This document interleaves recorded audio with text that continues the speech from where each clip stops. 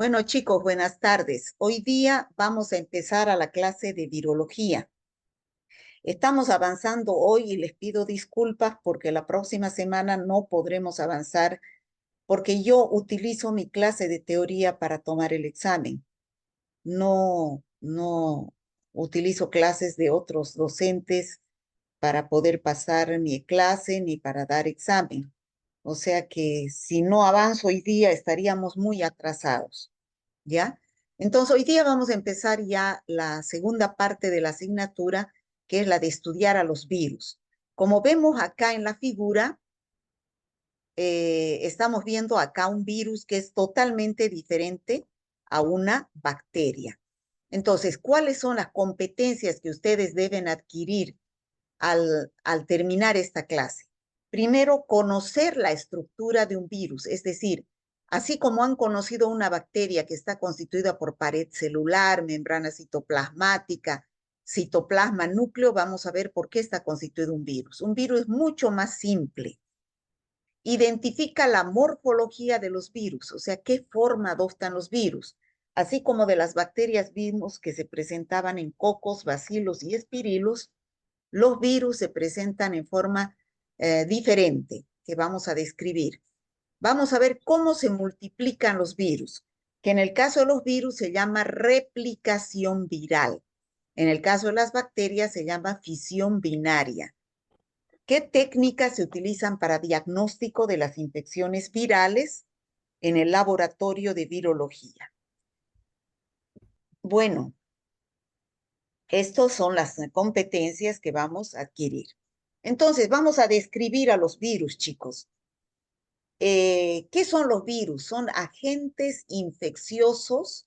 ¿Por qué? Porque son agentes biológicos que al infectar a una célula van a producir una infección, pero son de estructura subcelular. ¿Qué significa eso? Que necesitan a una célula para poder vivir, crecer y reproducirse. Ellos solitos no se reproducen, necesitan ingresar a una célula. Por eso es que son de pequeño tamaño, de estructura muy elemental. Hemos visto que las bacterias tienen como 8 componentes, 4 obligados, pero en los virus solamente tienen 2 componentes obligados y el mecanismo de replicación viral, es decir, cómo se multiplican. Este es un virus, chicos. Está constituido por la parte central, que es material genético. Es decir, puede ser ADN o puede ser ARN. Estoy grabando, ¿no? Sí, doctor, estoy grabando al Ya. parecer. Entonces, este material genético que vemos aquí enrollado en la parte del centro del virus, entonces puede ser ADN o puede ser Puede ser ARN. ARN. Bueno, ¿qué más tenemos en los virus? Todos los virus tienen o bien ADN o bien ARN, no tienen los dos. Hay virus que tienen ADN, hay otros que tienen ARN. ¿Qué más tienen los virus? Si vemos nosotros acá esta parte amarilla, son unas unidades que forman la cápside. Este es material proteico, está hecho de proteínas, entonces se llama cápside, lo que rodea al material genético. Pero esta cápside a su vez está constituido por estas bolitas, estas unidades llamadas capsómeros. O sea, la cápside está constituida por estas unidades que se llaman capsómeros. Eso es lo que debe tener todo virus, 2 componentes, su ácido nucleico ADN o ARN, que es el material genético, y su cápside. Ahora, hay otros virus, no todos, que presentan esta envoltura por fuera de la cápside, que es una envoltura lipídica llamada peplómero. Algunos virus, no es obligatorio. Y otra cosa es que otros virus presentan estas espículas que son glicoproteínas, ¿ya? Eso presentan solamente algunos virus. Por ejemplo, el virus de la gripe, entre otros que presentan estas glicoproteínas. Pero fundamentalmente quiero que les quede claro, un virus solamente está constituido por material genético, ADN o ARN, y su cápside. Y la cápside está constituida por capsómeros.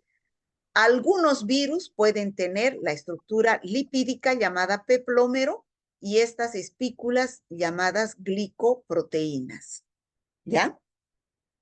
Aquí tenemos entonces la cápside que está constituida por los capsómeros y el ácido nucleico que puede ser ADN o ARN. Esa es la estructura fundamental que tiene que tener un virus. Ahora, ya algunos virus pues, presentan algo más, como les decía, esta estructura, material verde, que es de material lipídico, que se llama peplómero, y algunos otros tienen estas glicoproteínas, ¿no? Que está fuera del peplómero. Nuevamente, aquí tenemos la capa de proteínas, que es la cápside que envuelve al genoma, que es ácido nucleico o ácido desoxirribonucleico o ribonucleico. Estos varios capsómeros hacen la cápside.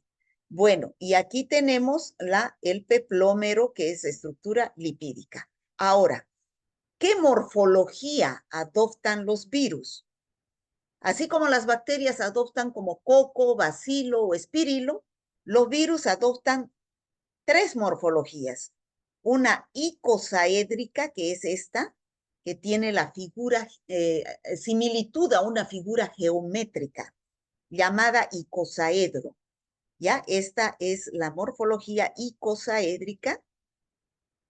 Y otros virus tienen una morfología helicoidal, así como un barril helicoidal. Y adentro tiene al ácido nucleico. Entonces, nuevamente repetimos, la estructura de los virus está constituido por ácido nucleico, ADN o ARN, la cápside, que está constituida por capsómeros, y algunos virus tienen una estructura lipídica llamada peplómero. La cápside es proteínas. ¿Qué morfología adoptan los virus? Morfología icosaédrica, es decir, de un icosaedro. Morfología helicoidal, que es la que hemos hablado acá. Esta es la morfología helicoidal, esta es la morfología icosaédrica, y algunos virus adoptan morfología mixta, es decir, toma de ambas, morfología icosaédrica y helicoidal, que ahorita vamos a ver, ¿ya? Entonces, aquí tenemos la icosaédrica. La icosaédrica es la forma de un icosaedro. Fíjense, un icosaedro es una figura geométrica que tiene 30 caras. ¿Ya? Entonces, algunos virus adoptan la morfología de esta figura geométrica. Otros virus, como dijimos, adoptan la morfología helicoidal. Esta es la cápside, el conjunto es cápside y cada uno de estos son los capsómeros. ¿Ya? Y la morfología mixta, que adoptan las dos morfologías, la cápside, o que es la icosaédrica, y la helicoidal. ¿Ya? Tenemos aquí la cabecita como la cápside y una cola que es la helicoidal. Se llama bacteriófago, ¿no? Morfología icosaédrica y helicoidal.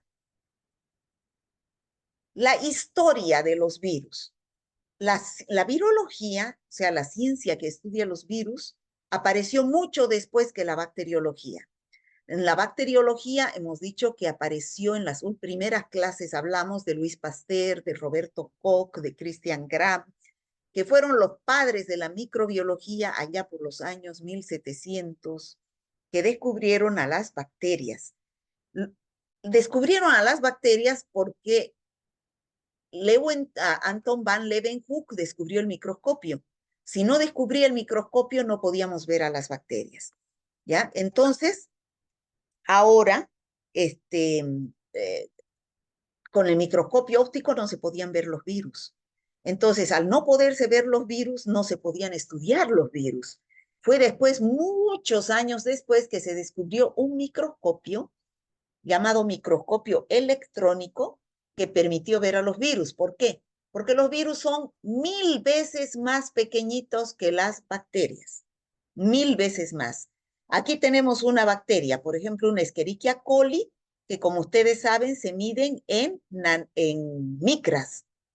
La micra es la milésima parte de un milímetro. Imagínense cómo son de pequeñitas las bacterias.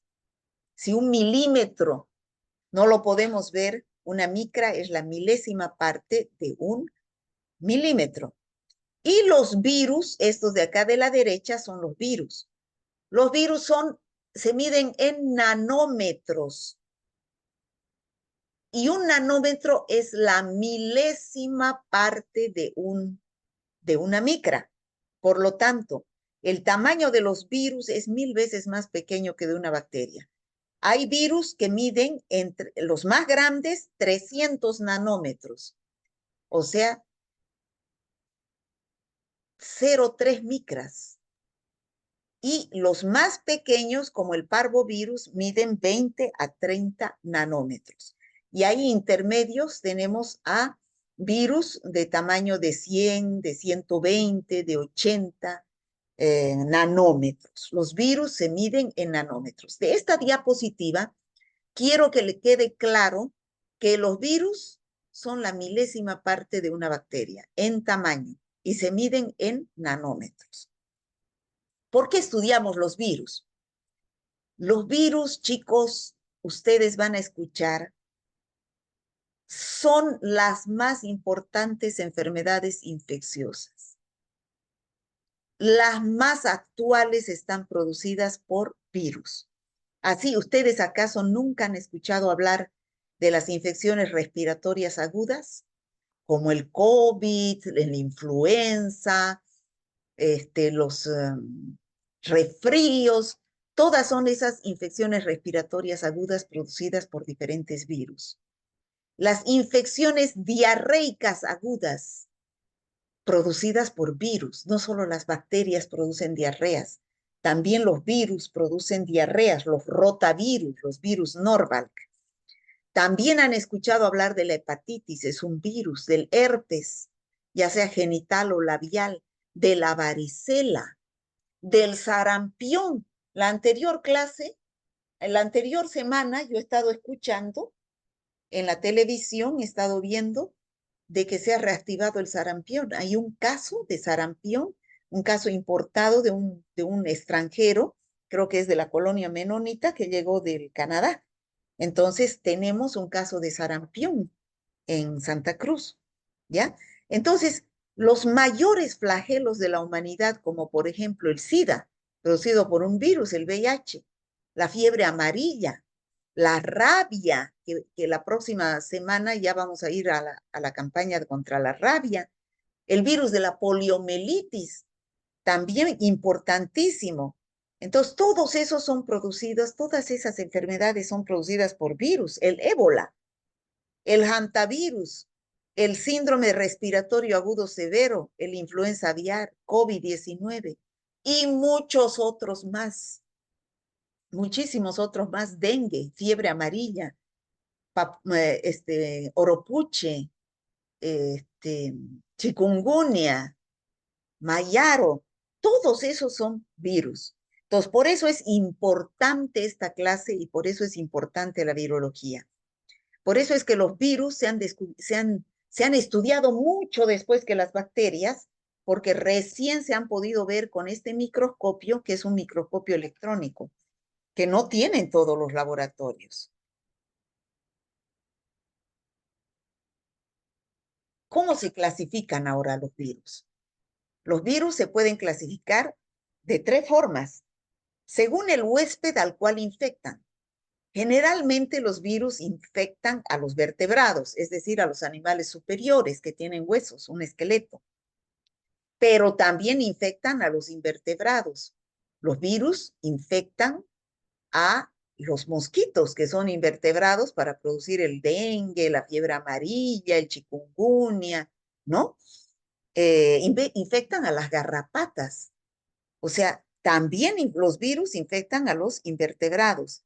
Infectan a las plantas se enferman por virus.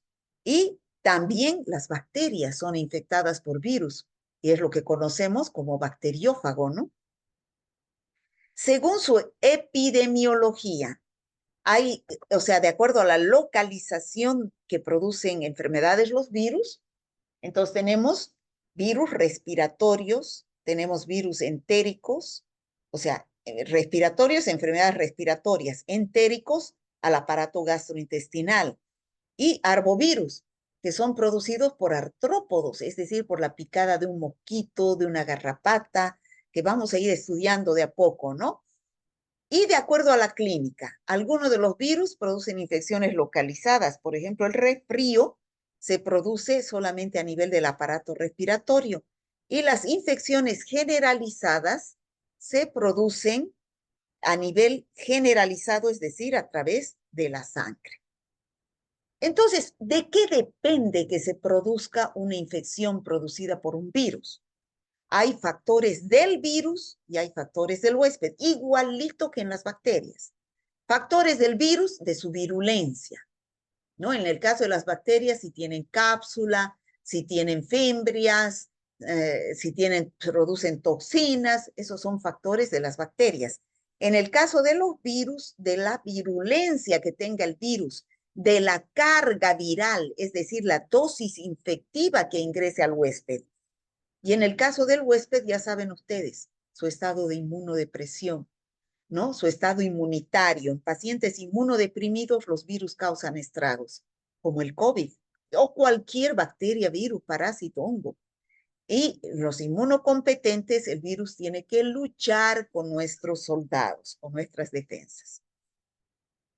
¿Cómo se produce una infección por un virus? No es tan fácil. Primero el virus tiene que interaccionar con el epitelio, ¿no? O sea, el virus llega a la superficie del huésped y ahí tiene que encontrarse con mecanismos naturales que todos tenemos como defensa de las infecciones virales. En el caso del aparato respiratorio, ¿qué tenemos en la nariz? El epitelio ciliado. Tenemos un epitelio mucociliar que evita que actúa como una escoba, barre a los elementos extraños. Si ingresan los virus al aparato digestivo, tenemos en el estómago la acidez producida por el ácido clorhídrico del estómago. Pacientes que producen acidez, entonces pueden destruir a los virus y ya no pasan al intestino. Es un sistema de defensa. Pero si pasan al intestino, tenemos los movimientos peristálticos del intestino que tratan de eliminar a los virus. Pero también tenemos nuestra microbiota. Chicos, nuestra microbiota intestinal, como les he dicho, es una maravilla. Hay que mantenerla feliz, hay que mantenerla con vida, porque esa microbiota intestinal es nuestro segundo cerebro. Esas son las palabras actuales. Eso nos libera de las infecciones, lucha contra los microorganismos patógenos. Pero digamos que el virus ha logrado invadir nuestro organismo, ya sea por cualquier puerta de entrada, ha penetrado. Una vez que penetra, no es tampoco tan fácil producir la infección. Puede ingresar por una herida o puede ingresar en forma activa, replicándose el virus o multiplicándose en la puerta de entrada. Una vez que el virus se ha multiplicado, un virus se ha vuelto millones, a eso se llama replicación, que vamos a explicar después, empieza a interaccionar con nuestro sistema inmunológico. Este sistema inmunológico son nuestros policías, que pueden ser inmunidad humoral, que son los anticuerpos, o puede ser inmunidad celular, que son nuestras células, es decir, los linfocitos, los neutrófilos, los macrófagos, ¿no? Entonces, estos son los policías de nuestro organismo que tratan de eliminar al virus. Si logran vencer en esta etapa nuestro sistema inmunológico, ahí terminó la infección viral. Pero si él logra vencer el virus porque tenemos un sistema inmunológico bien deprimido, el virus invade, ya sea por vía sanguínea o por vía nerviosa y ingresa a las células. Ustedes saben que el virus es intracelular, no puede existir fuera de una célula. Entonces produce infecciones citolíticas e infecciones persistentes, crónicas. ¿Se entendió cómo se produce una infección viral? Chicos, ¿se entendió cómo se produce una infección viral? Todo esto lo han entendido, que no es tan fácil que un virus pueda producir una infección viral. Sí, doctora. Ya. Ahora vamos a hablar de la replicación viral. ¿Qué es la replicación viral? La replicación es la multiplicación de los virus. A la célula a la cual va a infectar, ingresa un solo virus. Y ese un solo virus no puede replicarse. O sea, ustedes ya no van a escuchar de aquí en adelante la palabra multiplicación. Van a escuchar la palabra replicación, que significa lo mismo. Un virus se vuelve miles. Entonces el virus, una vez carece de enzimas biosintéticas, es decir, un virus no puede vivir solito, aislado. Un virus, como les dije anteriormente, no crece, no se reproduce, no aumenta de tamaño solito. Entonces, es un parásito intracelular obligado. Entonces, debe penetrar dentro de una célula huésped viva, susceptible. Puede ser una célula muscular, puede ser una bacteria, puede ser un macrófago, pero debe penetrar dentro de una célula para poder vivir, crecer y reproducirse. Si no, el virus no crece, no se reproduce, no aumenta de tamaño. A eso se llama replicación viral. Esta es una célula. En este caso es una bacteria, es una célula procariota, donde también se replican los virus. Entonces, fíjense, el virus debe ingresar dentro de una célula para poder vivir y replicarse. ¿Cómo se produce esto? Acá tenemos la célula y se produce por varias etapas. Aquí tenemos el virus, ingresa a la célula, libera su ácido nucleico. Ese ácido nucleico es el que tiene la información genética del virus. Le va a dar a la célula información genética para que la célula empiece a sintetizar su ácido nucleico y la cápside del virus. Entonces, esta célula que ha sido infectada por el ácido nucleico del virus empieza, al recibir esa orden del material genético del virus, empieza a producir por separado el ácido nucleico, los ácidos nucleicos y por separado las cápsides. Pero llega un momento en que se van a ensamblar. ¿Qué quiere decir? Se van a reunir las diversas partes de un virus. Se reúne la cápside con el ácido nucleico en gran cantidad, varios virus, y se libera el virus y la célula queda destruida. Aquí vamos a explicar mejor. Estas son las 4 etapas de la replicación viral.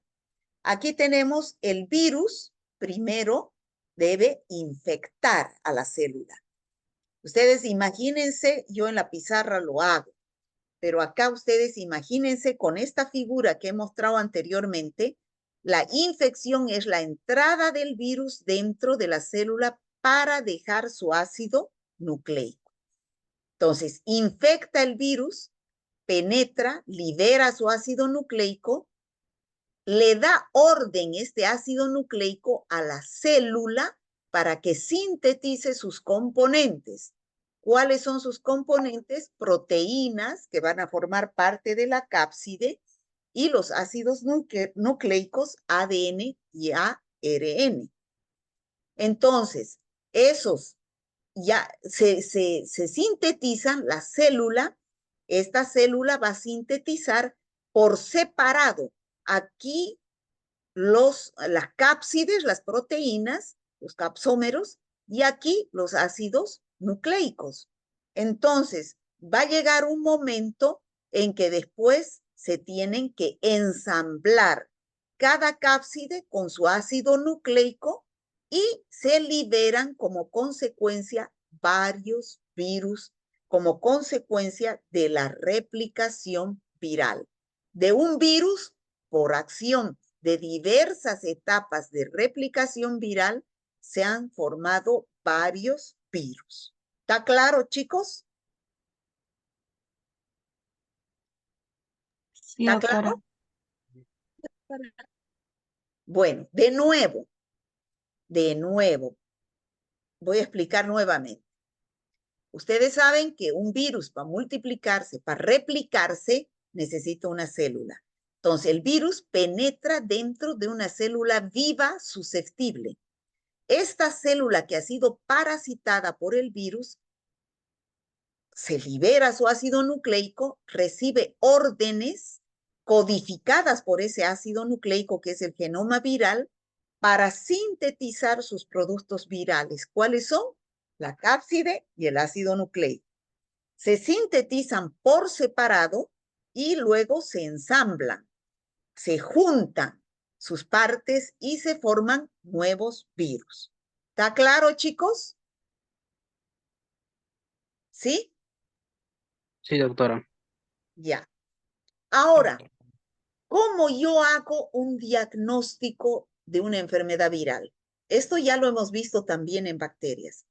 Hay el diagnóstico directo y el diagnóstico indirecto. ¿Cuál es el diagnóstico directo? Donde yo directamente voy a ver al virus. ¿Y cuál es el diagnóstico indirecto? Donde no voy a ver al virus, sino voy a ver los anticuerpos del virus en forma indirecta. ¿Ya? Entonces, ¿cuáles son esos métodos directos en virología? No se cultivan los virus, es el cultivo celular. No se cultivan los virus en agar sangre, en agar chocolate, nada de eso. Se cultivan en células vivas. ¿Y cuáles son las células vivas? Riñón de mono, embrión de pollo. Esas son células vivas donde los virus deben ingresar para poder replicarse. No es cualquier. Por eso no hay cultivo celular en cualquier laboratorio. En Santa Cruz hacen los laboratorios de Cenetrop, ¿ya?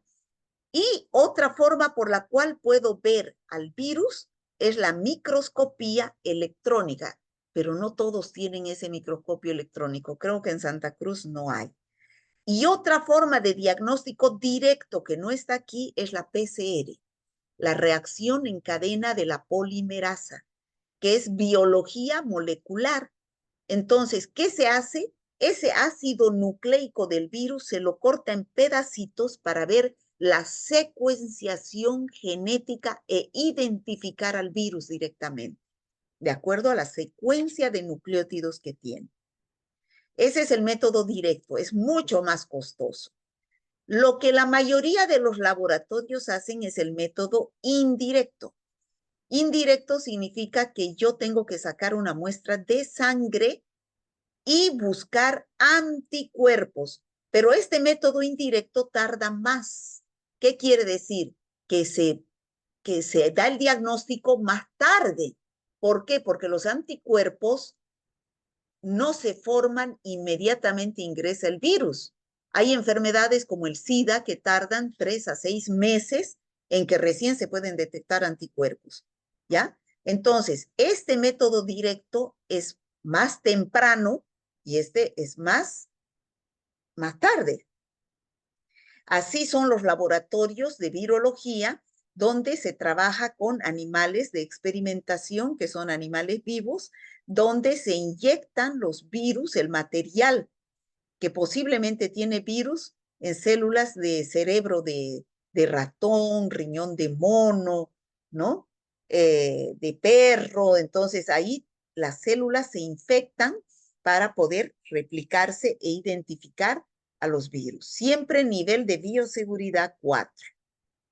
Profilaxis, ¿cómo es que nosotros nos prevenimos las infecciones virales? Lo más importante son las vacunas. Ustedes saben que hay vacuna para la hepatitis, vacuna para la sarampión, vacuna para la rubeola, vacuna para la polio, vacuna para la fiebre amarilla. Entonces, vacunas hay.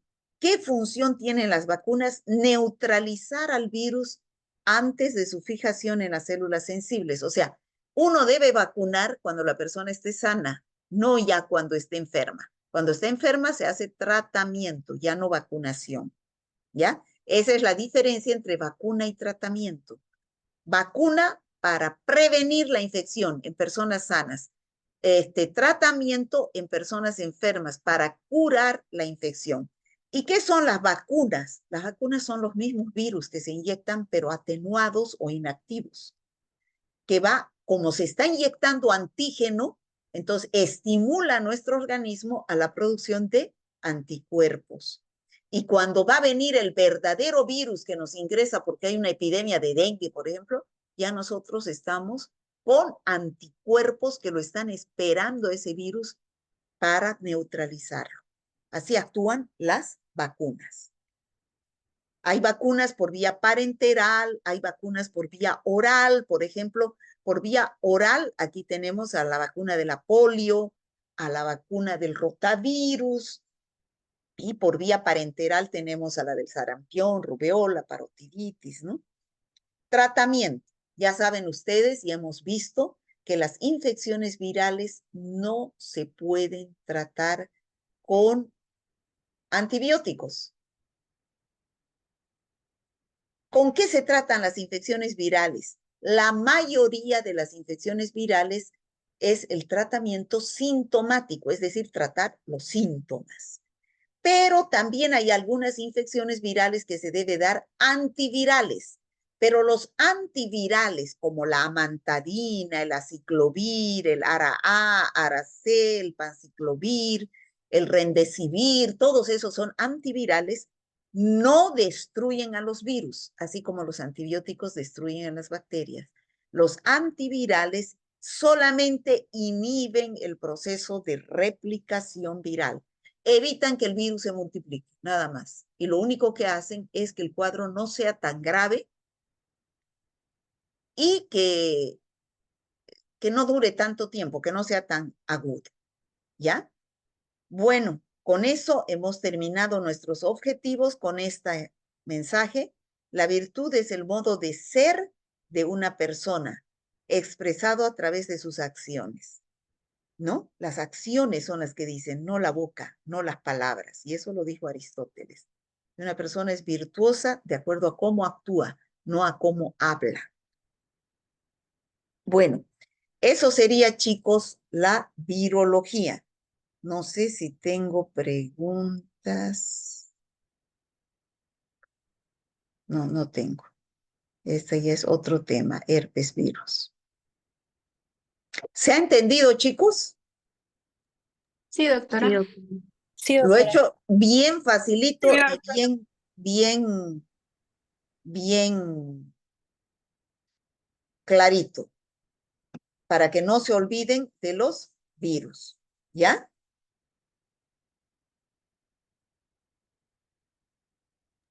Doctora, disculpe, me entró una curiosidad. Entonces, ¿se podría decir que la vacuna para el COVID-19 es un método que va a evitar la proliferación de dicho virus? Mm, la vacuna. Sí, las que nos pusieron para el COVID-19. Vamos a hablar, vamos a avanzar COVID. Ahorita no les quiero poner un video. Vamos a avanzar COVID. Las vacunas actúan para neutralizar los virus cuando ingresen. Ese es material genético del virus que se inyecta y ¿qué hace el organismo? Produce anticuerpos. Las vacunas actúan toditas de la misma forma. Entonces, cuando ya va a ingresar el virus por contagio que yo tenga, el verdadero virus, entonces yo ya voy a tener anticuerpos y van a neutralizar a ese nuevo virus. ¿Me entendió? No solo para el COVID, no solo para todas las enfermedades, las vacunas actúan de la misma manera. ¿Me entendió? Sí, doctora, muchas gracias.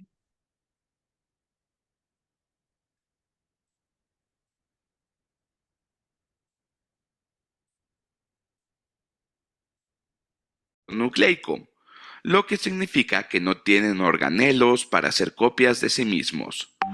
Por lo tanto, tienen que internalizarse en otras células y usar su ATP y sus organelos para hacer copias de sí mismos. Así que el primer paso es entrar a la célula. Vamos a mencionar varias cosas como repaso y recordemos, hay 3 formas de entrar a una célula. Una de las formas de internalizarse es la de los bacteriófagos, que literalmente inyectan su material genético dentro de la célula, mientras que cualquier otro tipo de virus usa uno de 2 caminos. Si son virus sin cubierta, engañan a los receptores de relacionarse directamente con la membrana. Una vez que el material genético está dentro de la célula, el virus se apodera de ella y está listo para hacerse cargo. Pero aquí es donde tiene opciones. Puede ser impaciente y estar listo para empezar a hacer copias de sí mismo, o relajarse y decir, ¿sabes qué? Voy a sentarme y esperar hasta que esté listo para tomar el control. Así que dibujemos estas 2 posibilidades es decir, su ATP, sus ribosomas, sus ácidos nucleicos, sus aminoácidos, todo esto para empezar a hacer copias del material genético del virus, ya sea ADN o ARN. Y también para fabricar las proteínas virales para hacer su capa proteica. Y estas se autoensamblarán, lo que significa que se unen